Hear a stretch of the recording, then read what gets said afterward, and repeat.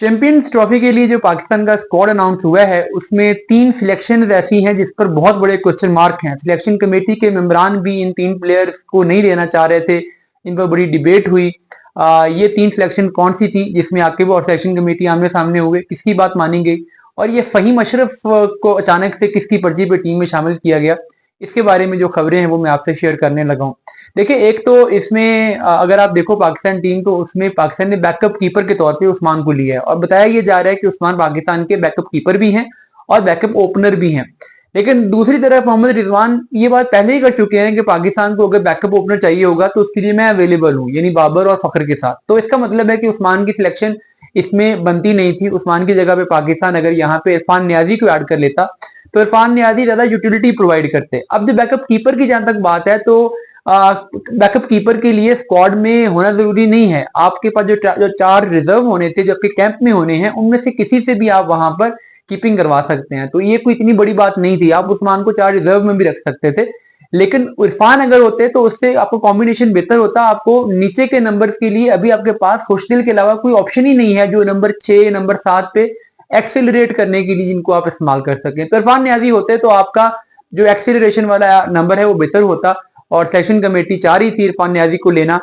Initially squad में भी थे लेकिन बाद में उनको यहां से निकाल दिया गया। दूसरा जो इसमें था, शादाब के मामले पर बहुत बहस हुई सिलेक्शन कमेटी में। अलीम डार और अजहर अली शादाब को लेना चाहते थे। आकिब जावेद ने स्टैंड लिया कि नहीं, शादाब नहीं होंगे और उन्होंने शादाब का नाम निकलवाया और खुशदिल शाह तो बहुत लेट चॉइस के तौर पे स्क्वाड में आए। अदरवाइज इससे पहले शादाब का नाम फाइनल कर लिया होता सिलेक्शन कमेटी ने, लेकिन आकिब जावेद ने खुशदिल की फॉर्म को देखते हुए उनको कंसीडर किया और रीजन वही है कि वो लेफ्ट आर्म स्पिन प्रोवाइड करते हैं, फिनिशिंग की एबिलिटी प्रोवाइड करते हैं। और वो कितने इफेक्टिव होंगे वो तो बाद की बात है। तीसरी जो चीज इसमें थी वो ये था कि आप सुफियान मुकीम को भी स्क्वाड में पाकिस्तान के सिलेक्टर्स शामिल करना चाह रहे थे, लेकिन सुफियान मुकीम की कुछ अपनी इंजरीज का भी मसाइल था, फिटनेस के भी इशू थे, इस वजह से वो नहीं आ सके। सबसे इंपॉर्टेंटली ये जो राना फहीम अशरफ वापस आए हैं ये किसकी पर्ची हैं?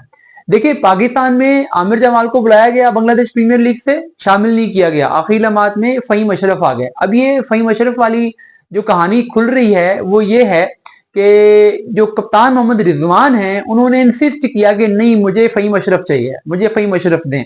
और फहीम अशरफ के बारे में चूंकि एक कॉमन परसेप्शन है कि रोटी गैंग का पार्ट है। रिजवान बाबर के भी करीबी रहे हैं, दोस्ती भी है बाबर के साथ भी उनकी और रिजवान से भी उनका अच्छा रिलेशनशिप रहा है।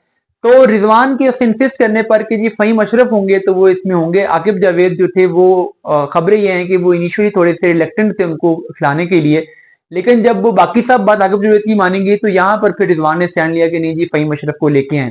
और अब्बास अफरीदी जो कि पाकिस्तान के पिछले कुछ अरसे में खेल रहे थे एज ऑलराउंडर, हालांकि बैटिंग तो अब्बास ने भी कोई खास नहीं की हुई थी, लेकिन उनको वहां से निकाल दिया गया और फहीम अशरफ को आखिर पे डाल दिया गया। तो यूं कह सकते हैं इस हद तक कि फहीम अशरफ इस दफा पाकिस्तान टीम में रिजवान की पर्ची पे आए हैं। प्लेइंग 11 में तो खेलना मुश्किल है, लेकिन अगर चांस सीमिंग पिच होंगी तो मे भी चांस मिले। अदरवाइज फहीम को मैं पाकिस्तान की प्लेइंग 11 में नहीं देख रहा।